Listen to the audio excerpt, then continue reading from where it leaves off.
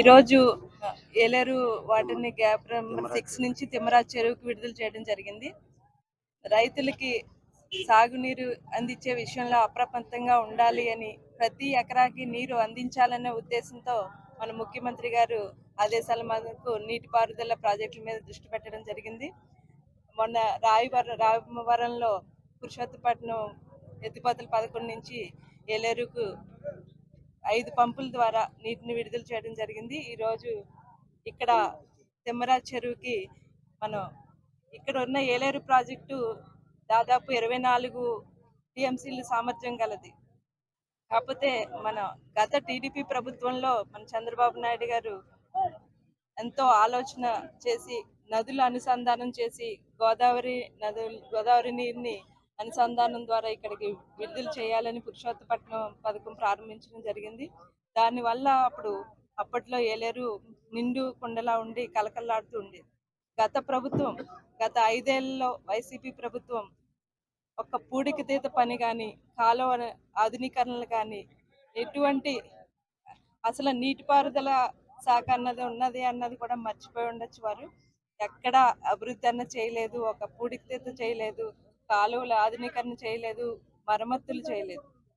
ఈ సంవత్సరం ఇక్కడ మా టీడీపీ ప్రభుత్వం వచ్చాక మొట్టమొదటిగా ఈ నీటిపారుదల ప్రాజెక్టుల మీద దృష్టి పెట్టి ప్రతి రైతుకి ప్రతి ఎకరానికి కూడా నీరు అందించాలనే ఒక ముఖ్య ఉద్దేశంతో మేము దృష్టి పెట్టడం జరిగింది.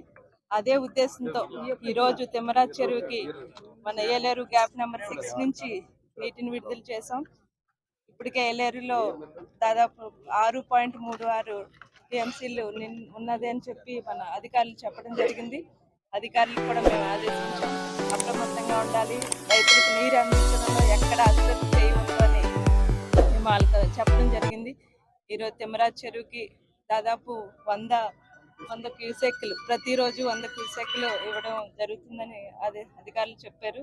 దీనివల్ల తిమ్మరాజు చెరువు నుంచి దాదాపు 6,500 ఎకరాలకి ఈ నీరు వెళ్ళి వాళ్ళందరికీ కూడా ఈ సంవత్సరం ప్రతి ఒక్క రైతు ఎటువంటి ఇబ్బంది లేకుండా వారి పంటలను పండించుకుంటారనే ఉద్దేశంతో ఖచ్చితంగా మేము దీని మీద రాబోయే కాలంలో కూడా ఎక్కడ అశ్రద్ధ చేయకుండా సాగునీరు, అదేవిధంగా విశాఖకి పారిశ్రామికంగాని త్రాగునీరుకి కూడా మన ఏలేరు ప్రాజెక్ట్ నుంచే ఇవ్వడం వెళ్తుంది.